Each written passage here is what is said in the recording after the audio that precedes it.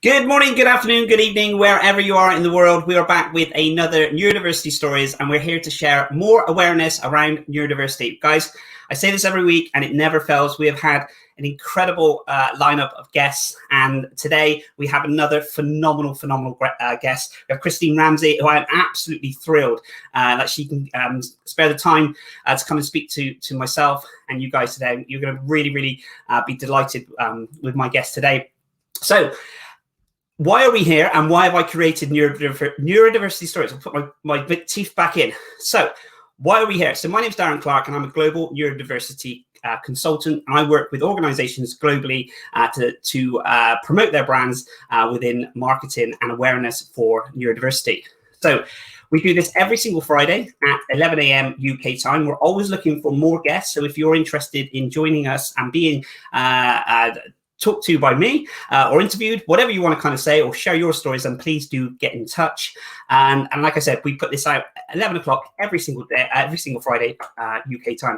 I also want to say a massive thank you as well to our current sponsors, Clary Software. And I just want you guys to check out this.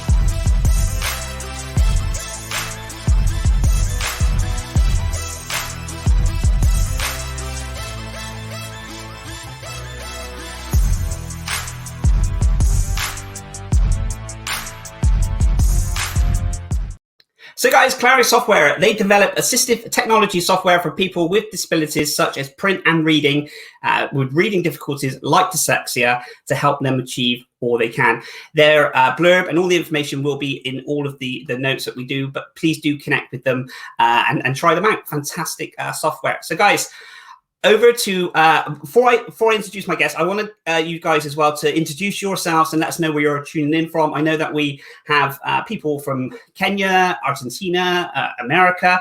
I think we've had Australia as well. So if you want to put, just let us know, where you're tuning in from and who you are. That would be fantastic. So guys, I want to bring in my guest for today. Now, this is Christine Ramsay. She's a global leader, speaker, and strategic life and leadership coach, neurodiversity and mental health advocate. And I want to just read this to you guys.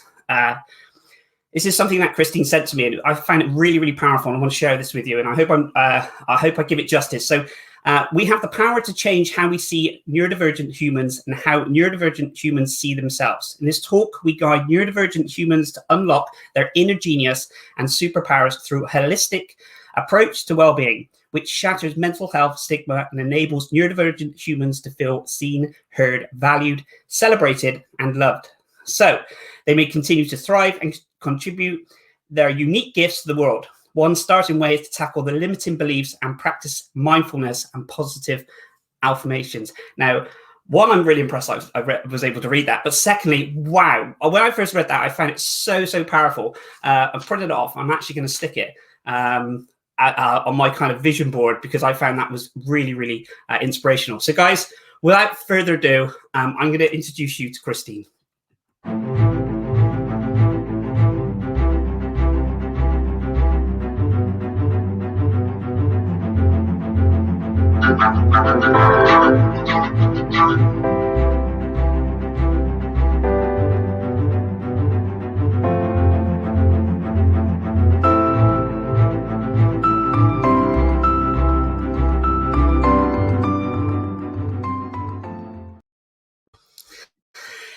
Good morning or good afternoon, Christine. How are you today? Good morning, Darren. I'm so excited to be here with you. And I was just jamming to your music. That was so cool. I love it.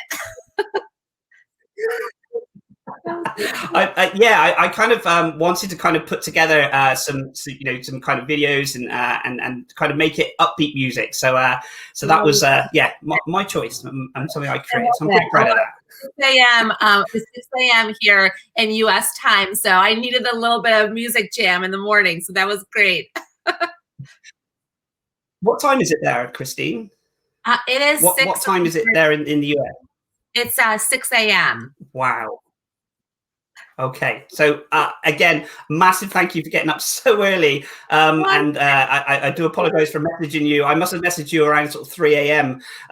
With the links and stuff. So anyway, Christine, thank you so much again for sending over, what I just read out.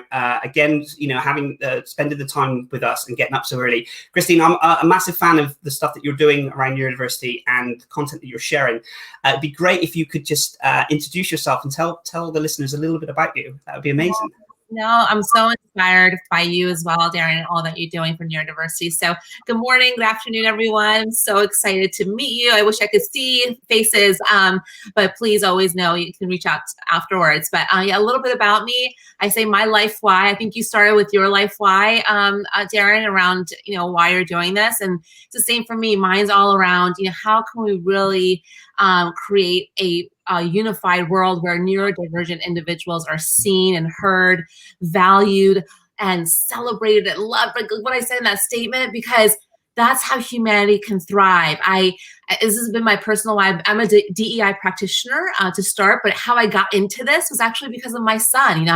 My son is autistic, and he is just an amazing gift to us, to our family.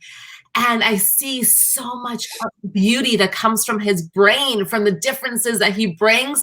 And I'm like, man, the world needs to really appreciate and celebrate that difference. And so that's become my mission, is to learn from other neurodivergent individuals.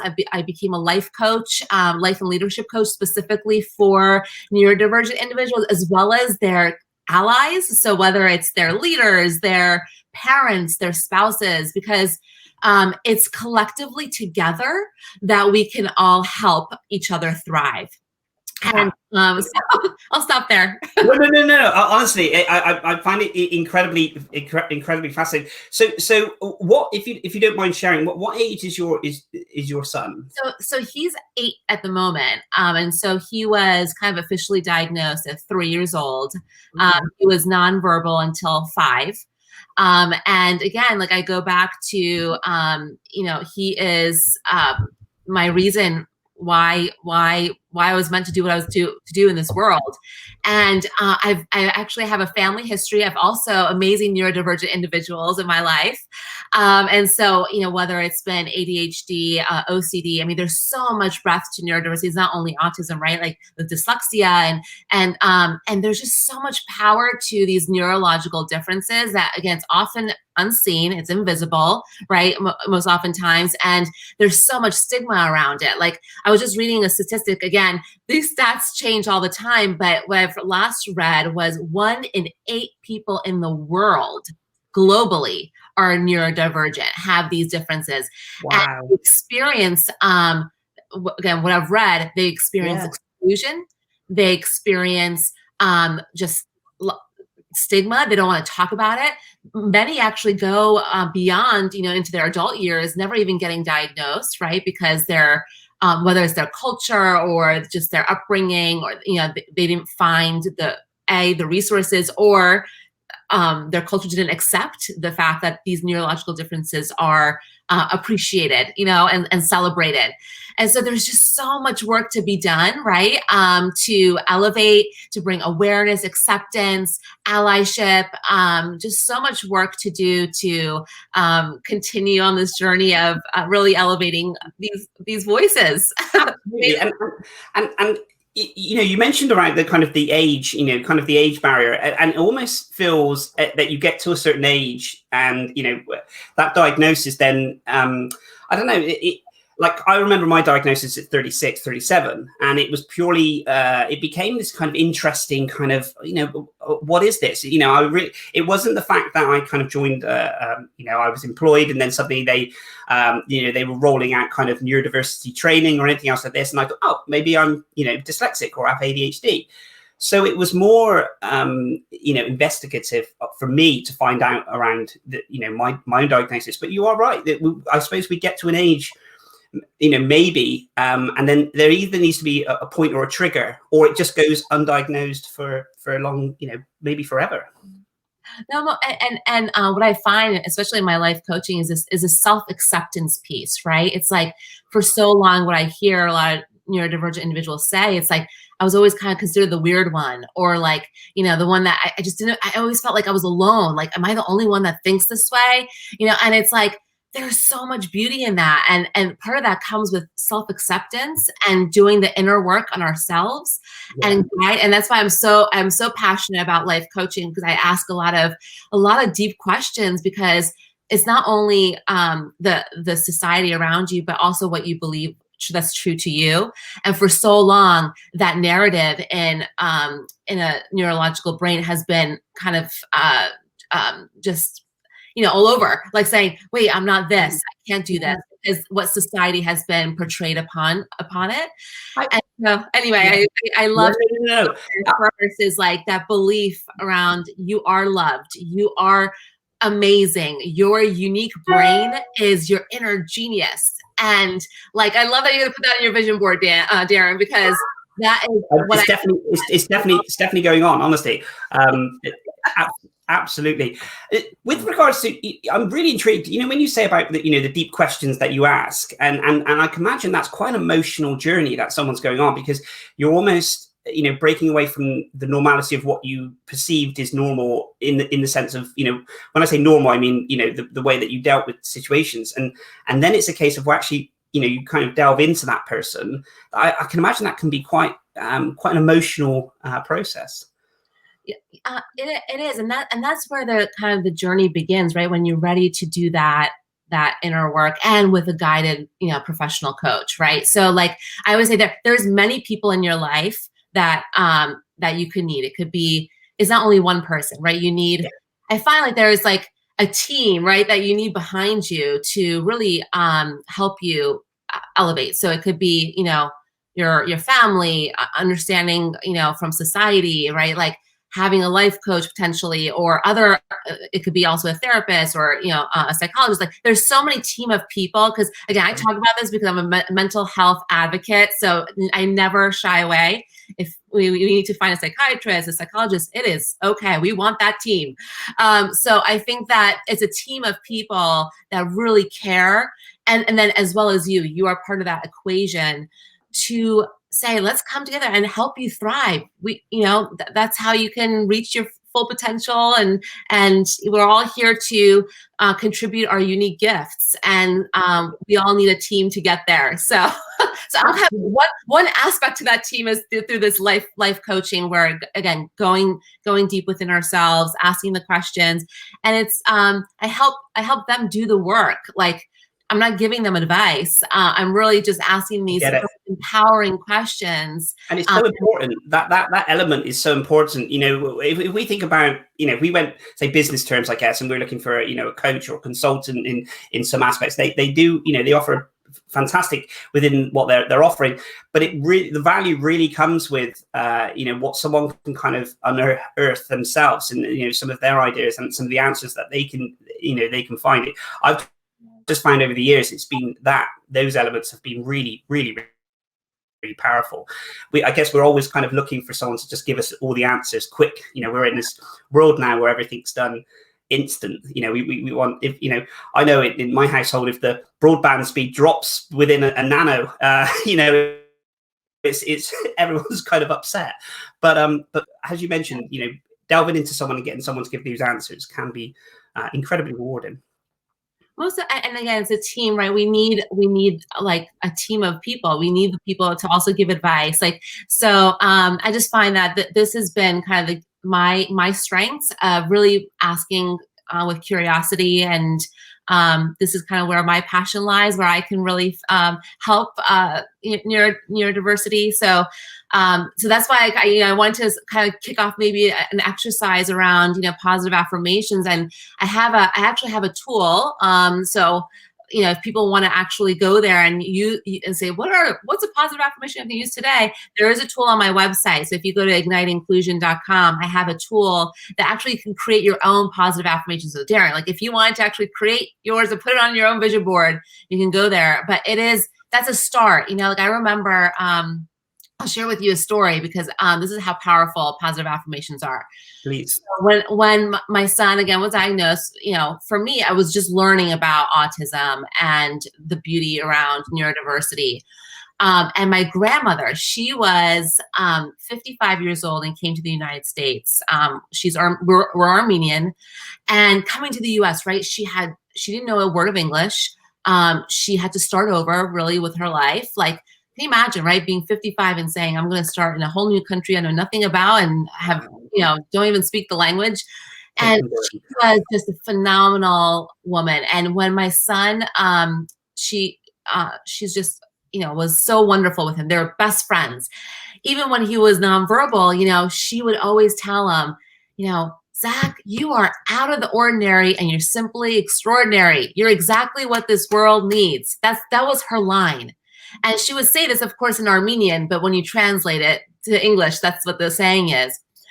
And, that power for him, just even listening to that, right? Like, I mean, it was just so, and then for me, like, it was like, she would remind me, she said, Christine, remember, he is out of the ordinary. He's simply extraordinary, and he's exactly, and that was like, I remember just, I'm trying not to cry because every time that saying comes, I cry.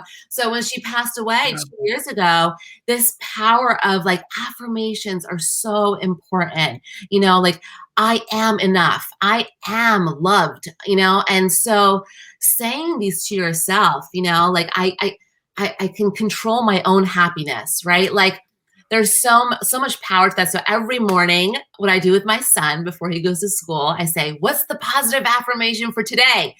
And now, he's able to share vocally. And, like yesterday, he's still sleeping because it's not school time yet. But yesterday, he goes, I am brave. And I go, that's it. I love it.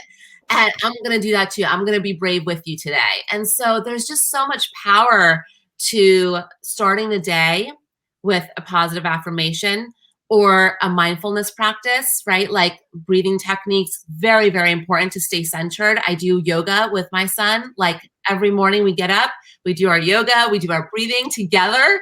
Because he gets up early. He gets up around 6:30 US Eastern time. And so it's just nice to have this bonding time and develop this just belief within himself that he is very much valued and his gift is contributed. That and I'll just to share it. Adrian Trey says, "Love, I am enough." Those positive affirmations and are so powerful. And we touched on kind of mental health element, which is so prevalent. I know from myself, I do. I wish I did it more. It's probably my kind of ADHD, so I really kind of have to push myself for meditation and relaxation and trying to just concentrate on positive stuff, even if it's I'm starting to get down or you're starting to kind of get a little bit muggy. I tend to try and put on some comedy or something that I know that will take me to live in the moment. Those positive things, things when I hear stuff, it's so important to our mental health and confidence. Yes, but most of it, and exactly to your point, it doesn't have to be even meditation, just ways to help you pause for a moment. It doesn't even have to be long. Like I do, like for my son as well. Like he isn't able to attain the attention for that long, but I'll just say focus on one object in the room. Doesn't have to be anything. Just focus on one object, and we do just breathing for 5 seconds in. And then breathing out for 7 seconds. And we do that 3 times. And that's it. It takes less than a minute. That's so powerful. We think of this, some people, and I know we live very, very busy lives, and people say, well, I haven't got time to breathe. I know I've been guilty of this. I haven't got time for doing breathing exercises, but I'm breathing while I'm saying that I haven't got time to do these things. So it is. So do you have a kind of a morning kind of routine and kind of a ritual in that sense? Would you say that that's really really helped and is a really good kind of powerful kind of thing to set the day up? Is that do you miss it when you don't do it if you didn't have a chance to do it? Yeah, most of that is how we start our day. I find that's a way for us to ground our family. Like, when we can start with just some breathing exercises before the chaos happens, right? Like we've got school and work and activities, and I mean, and then we had homeschooling for a year. I mean, it was a morning ritual, and especially for my son who values routines. Like that's his strength, right? He lives on routines, and developing these habits with him that he enjoys. I've found him. It's almost a way that he's been able to get through the year of just so much unknowns. And one day, they're saying what to do this, and another day to say that. And just the flexibility has been really tough for him just in the States. So having our morning routine and being very specific around this grounding and just breathing exercises and like we do a couple yoga poses, we do 5 yoga poses together, and that's it. And then we do the positive affirmations, simple things, but it's been like he almost tells me when I forget to do a positive affirmation, he's like, Mom, you need to say the positive affirmation for today. Wonderful. And he'll remind me every single time that we have to say it. And so it's this it's amazing to see already at this age, he's only 8 years old, but really living in that he's capable of doing anything that he wants to do. So and that, that in itself at 8 years old, and having those positive affirmations and that confidence within that, that will help mentally kind of be able to kind of take on some of the challenges, going forward, just in life. I mean, just not on a neurodiverse element of it. And I wish, for me, I guess, school was a real struggle for me. Was kind of separated into a kind of a unit, a classroom, so to speak, a makeshift classroom. So that isolation really kind of knocks your confidence, and you have to kind of have that self-belief that you're kind of worthy, I guess, to everyone else, and it can be really, really difficult. No, so I really appreciate you sharing your story about just struggles in school, because they are very much real. And there's a whole probably another podcast that we do on education around, learning differences, because I think there is some opportunity there that we bring, just similar to what we do in organizations, Darren, right? Like there's a lot of opportunities to bring different ways of learning to schools.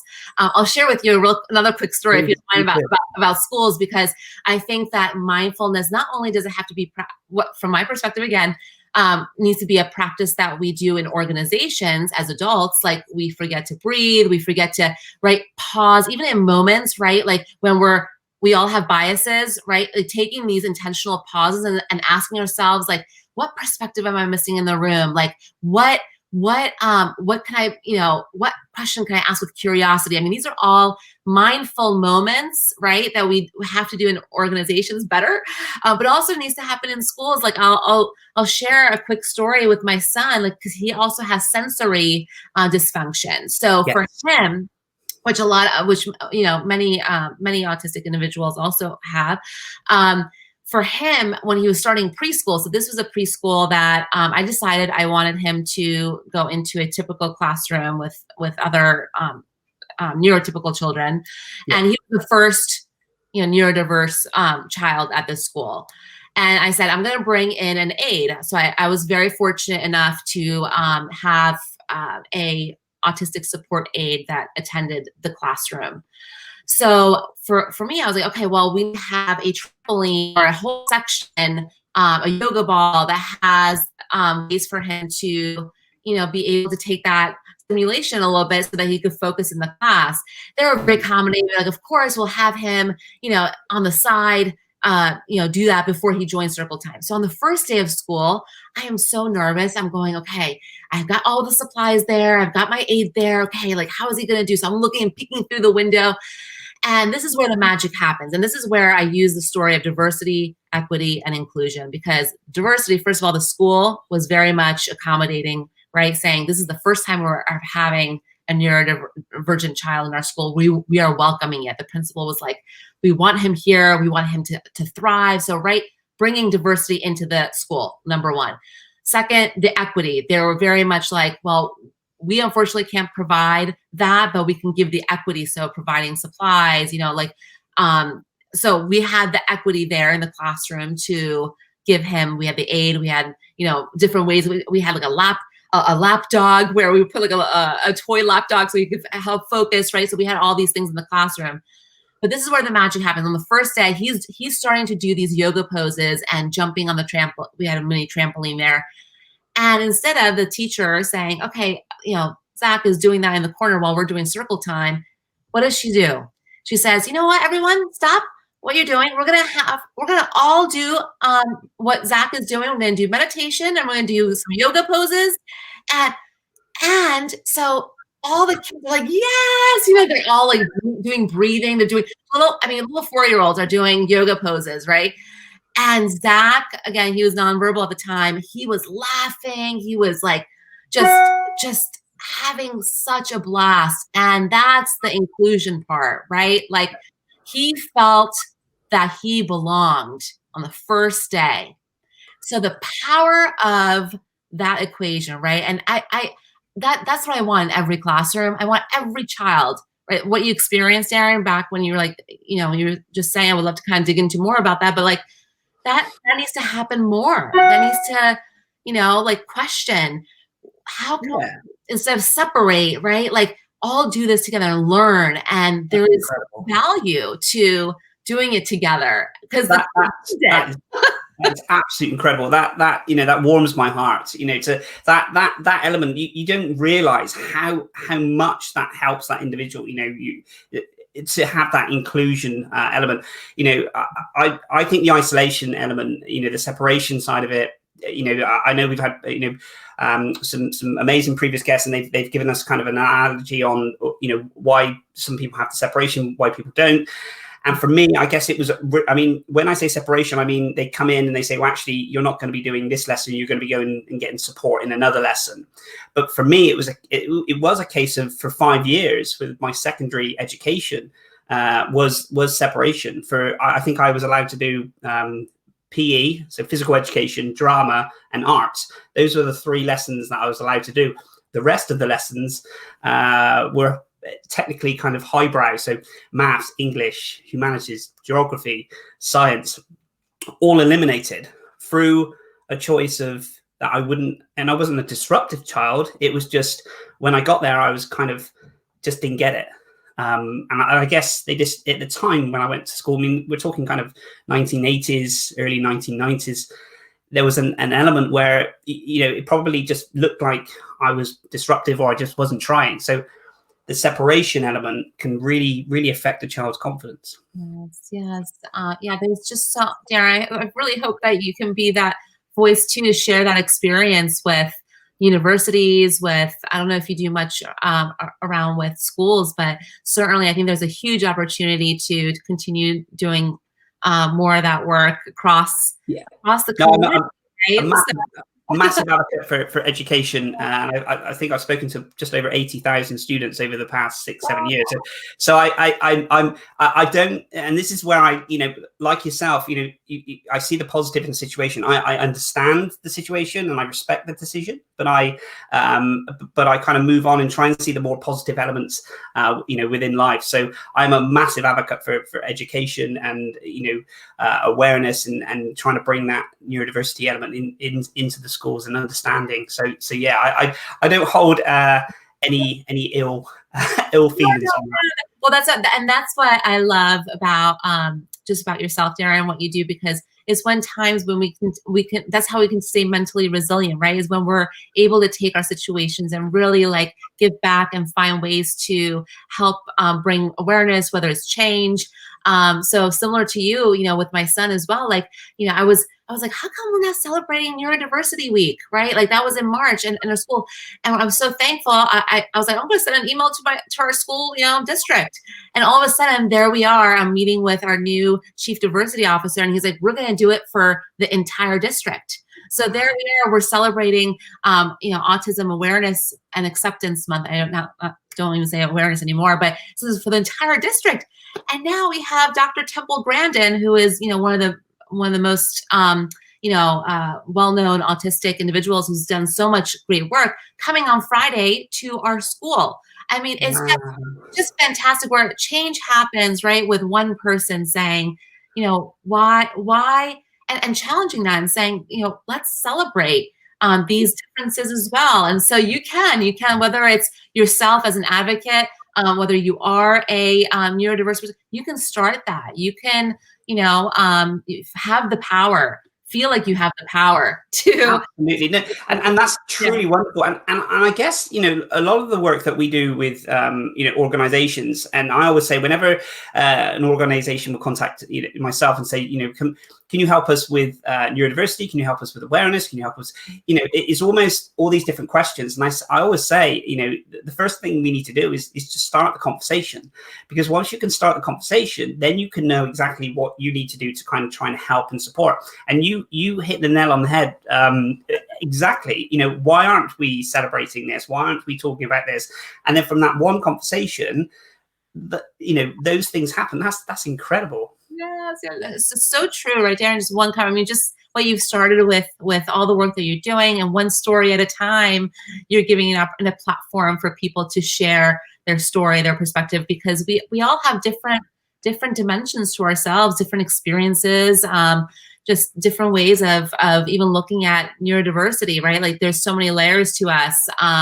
So just bringing to life like people's journeys and what we're learning throughout the way. I find that type of community is so needed, especially in the neurodiversity world. I remember when my son was diagnosed, I didn't have a community. I didn't really know anybody because no one talks about it. It's like, and I'm like, oh my goodness, I even have like family members who are telling me they're neurodivergent, and I never knew. So it's like this. It's been my kind of also my why of how do we bring just again the acceptance to share our unique stories and know that they are valued and that we can learn from each other. Yeah. Absolutely. Do you think, because I get, I've been kind of talking about neurodiversity now, probably kind of full time. I don't know if you use terminology full time, but really kind of ramping up the awareness for about 2 years now. And people think, how do you make those connections? How do you become an ambassador for this? How do you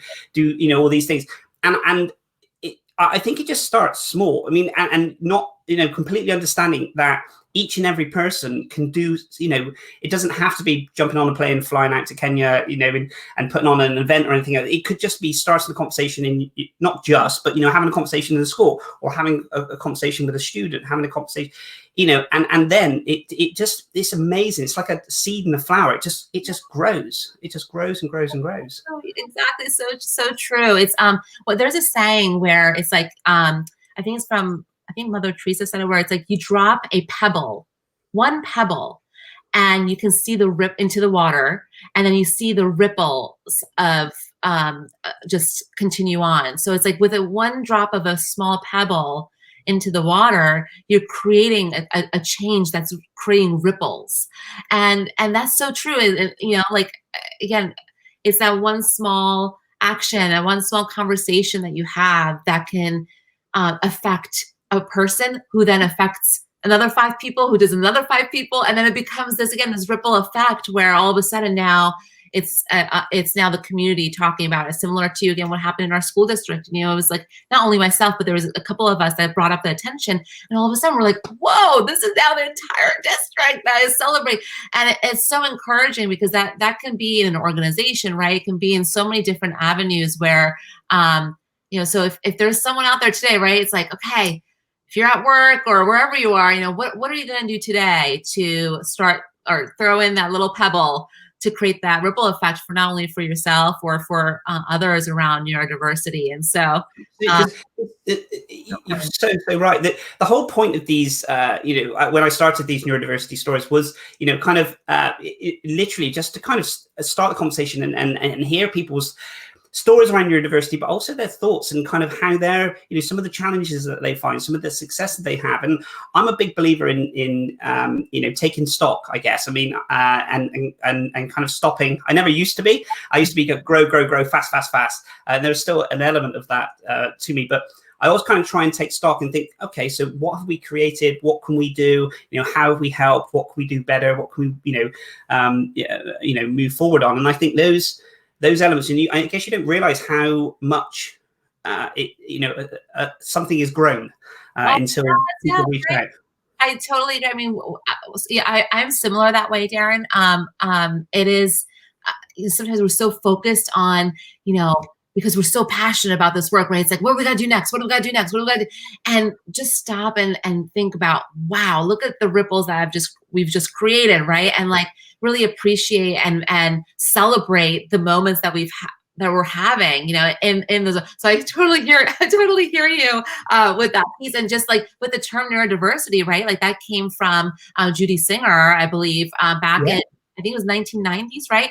And she coined that term. And look at it today. I mean, I hope that she's, celebrating like what she, put forth out there. And she kind of changed the entire conversation and brought this to life. And so I love to sometimes dig into the past, right? To appreciate the present and then where we're going in the future, because there's so many pioneers before us that have helped us get to this point today. Like I even look at my son, like there's so many people out there that didn't even have some of the support systems that my son has, and look at how those people advocated to get that. So now my son has that, right? And so what am I personally doing today to help the future generations get additional allyship and support and advocacy? And so I'm very passionate about, every person has the power to change just something in the world, and like to make it a better place for the future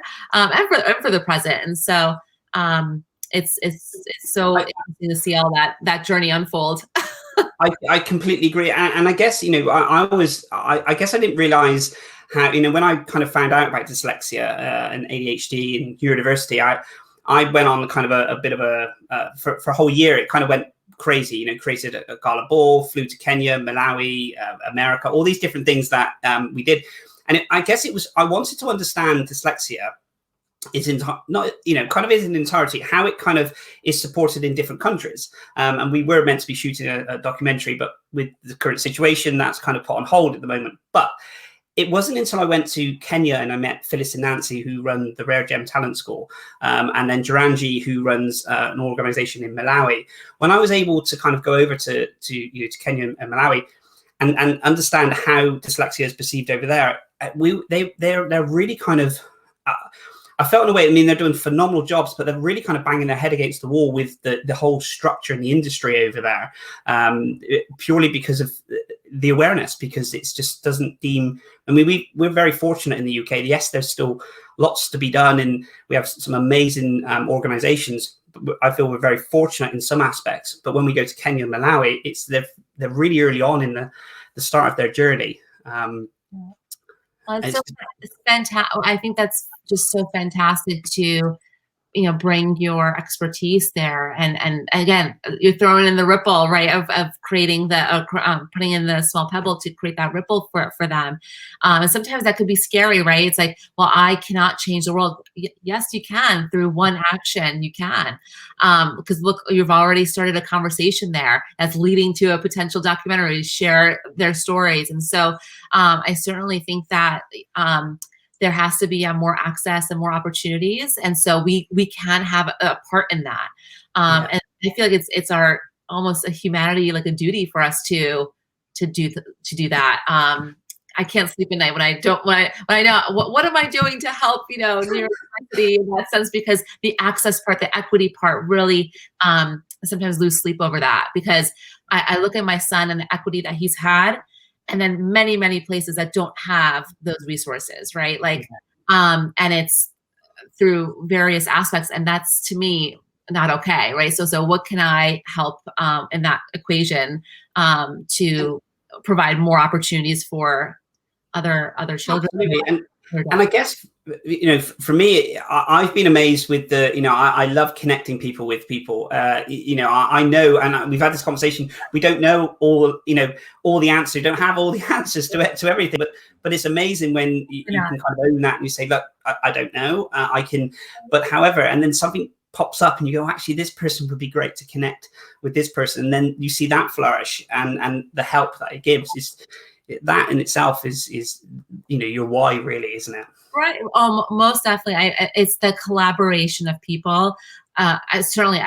My story is my story. It's just from my lived experience, my perspective. But I meet so many amazing individuals, and I learn so much more about just the layers of neurodiversity, right? Like, I just love hearing about your story, Darren. I'm like, I just want to dig in more with you and learn a little bit more about it, and just like really being empathetic. Like I use empathy a lot, like compassion a lot. Like whenever I do a framework with neurodiversity, I say there's 3 things that we should all do: awareness, acceptance, and allyship.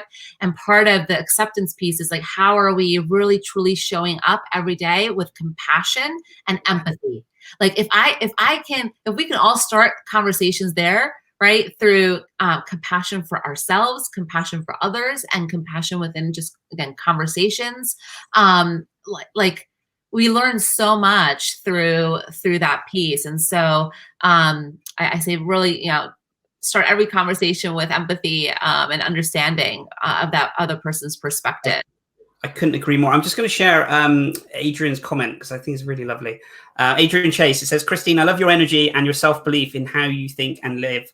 Telling your story is so powerful. I couldn't agree more. Thank you so much for sharing that, Adrian. And also as well, guys, I really do appreciate, there was a few comments, and I know that we have people in Australia and over in South Africa, and I know you popped it in your different time zones. So I really do appreciate you tuning in and sharing our time with us. Christine, how difficult do you think it is? And I know we touched on it before, but it's something that I struggle with, I guess, in living in the moment. Okay. I practice it. I want to. I tend to, whenever I go to a beach, for instance, I tend to pick up a pebble, and I'll try and turn my phone off. I'll pick up the pebble and I'll just stare at the pebble. And I know it seems a bit crazy, but I stare at the pebble and I listen to the sea. I'm looking at this pebble and I'm thinking, I'm looking at the whole kind of the history of the pebble, or, the shape or the shininess. And for those couple of minutes when people are walking by thinking, what am I doing looking at a pebble? That it's those little moments when I actually think, I'm living it literally in the moment. And then, do you have any kind of things that you do that kind of help? Not necessarily holding pebbles, but something that gets you to live in the moment. I love that. I think that anything that helps you stay focused. This is a practice that I am challenged with every day as well. And I think that's a similarity I think most people tend to do, right? We're always so focused on the next thing, just looking into the future. And so it's really, and I think from at least from this year, I think it's really taught us that is stay in the present. Stay, at least what it's done for me, from my perspective, is really living day to day, and saying take one day at a time, really focus on this moment. And so even for me, I'll share with you where we live, there is a beautiful trail right by our house. I mean, it's got waterfalls and we've lived here, my husband and I, with our children, 12 years, and we did not know it existed. Wow. So we have to do this, we have to do that. And last year, when pandemic started in March, we discovered that. And it was a huge awakening for myself, saying, what else am I missing out on? Because I'm not staying in the present, because I have missed this for 12 years. And this is the most serene, beautiful trail I've ever seen. So I go walking on my trail now every day. I carve it out of my calendar every day, because that's the way for me to stay in the present and say, let me take this moment. I do my meditation, as I said, in the morning with my affirmations, but it's so amazing how the beauty is missed sometimes when we're rushing through life. So that's been a really big awakening for me last year. And it's a constant practice that I'm trying to hold to. That's incredible. But you're absolutely right. I also find photography. Now I love nature and I love taking pictures. It's very sort of amateur, but I know that if I've got my my mobile device and I'm taking a shot, I tend to be distracted with the shiny screen and everything that's going on. But when I've got my actual camera, that moment of looking through the lens and just waiting for the precise moment, because I like taking pictures of, say, animals just about to move, or their actions. So it's almost like storytelling. So I wait for that moment, that precise moment when the bird's going to fly off, or the squirrel's going to jump, or anything else. And for me, living in that lens and those few moments, that for me gets me to live in the moment. Wow, it's so beautiful, Darren. I would say, like, to the audience who's watching, like, really, right? Like, what can you do today to take that pause and like really see that beauty that comes through, and put things aside, like whatever you got going on, and just focus on whatever it is. Like for me, I play piano, so sometimes like I just sit at the piano, and honestly, my worries go away, Darren. It is like such a peaceful place for me, is my piano, and I'll sit there and play. I'm very much into classical music, and I'll play a classical piece. And love it. It's like all my worries go away, and that's part of my childhood. My parents, when they moved here to the U.S., my mom was a pianist, and it was her way of therapeutic process. And I do that with my son. Music is such a healing power, right?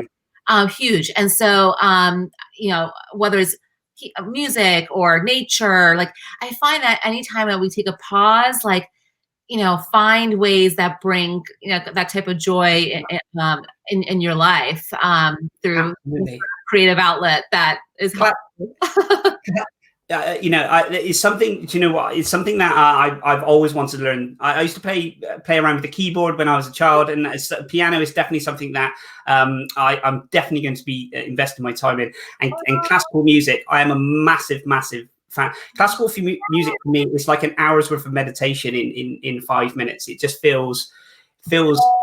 It literally just takes me away. I love it. Yes. I'm so appreciative of anyone. So there's not a lot of people that sometimes like classical music. So I'm always appreciative when I meet someone.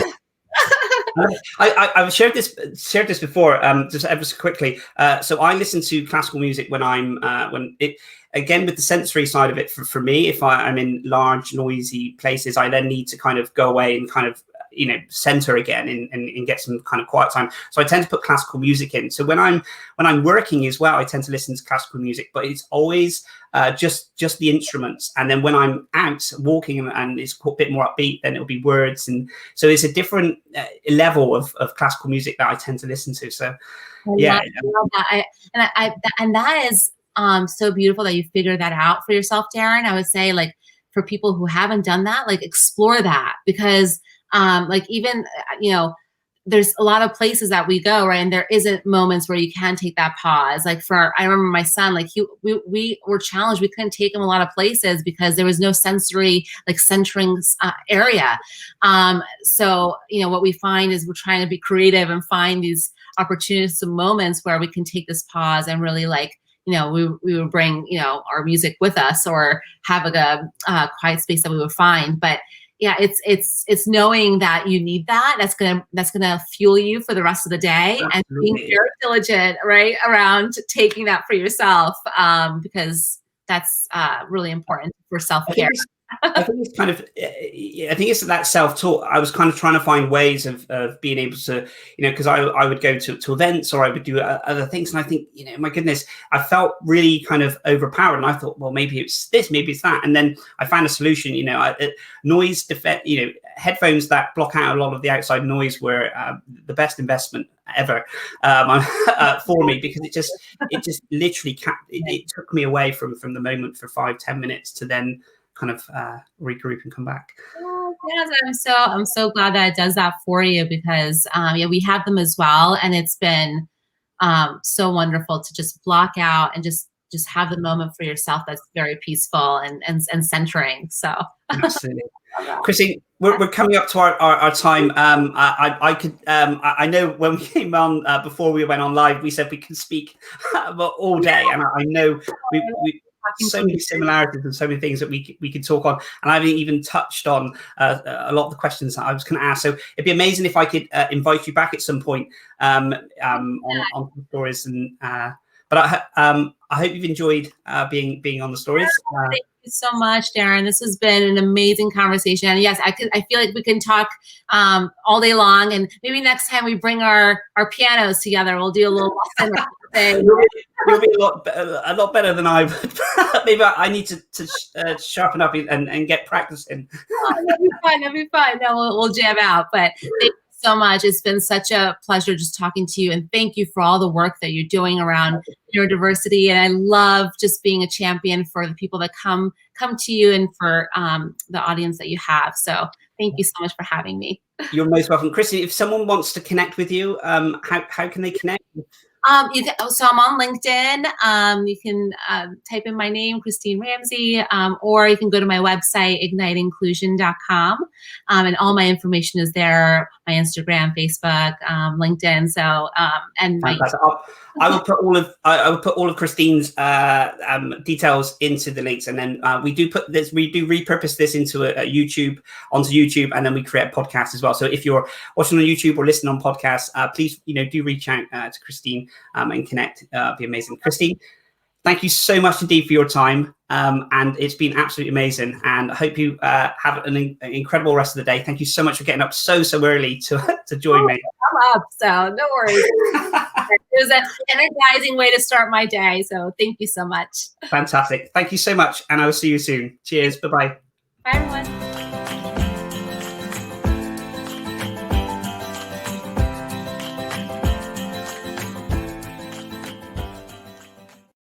So guys, that was Christine. I know you would have enjoyed that just as much as I did. Absolutely incredible lady who's doing phenomenal work in the neurodiversity world. So please do connect with her and reach out. So guys, this has been another Neurodiversity Stories. We will be back next Friday at 11 a.m. UK time. It would be amazing if you can join us. Take care, have an amazing weekend, and I'll see you soon. Cheers, bye-bye.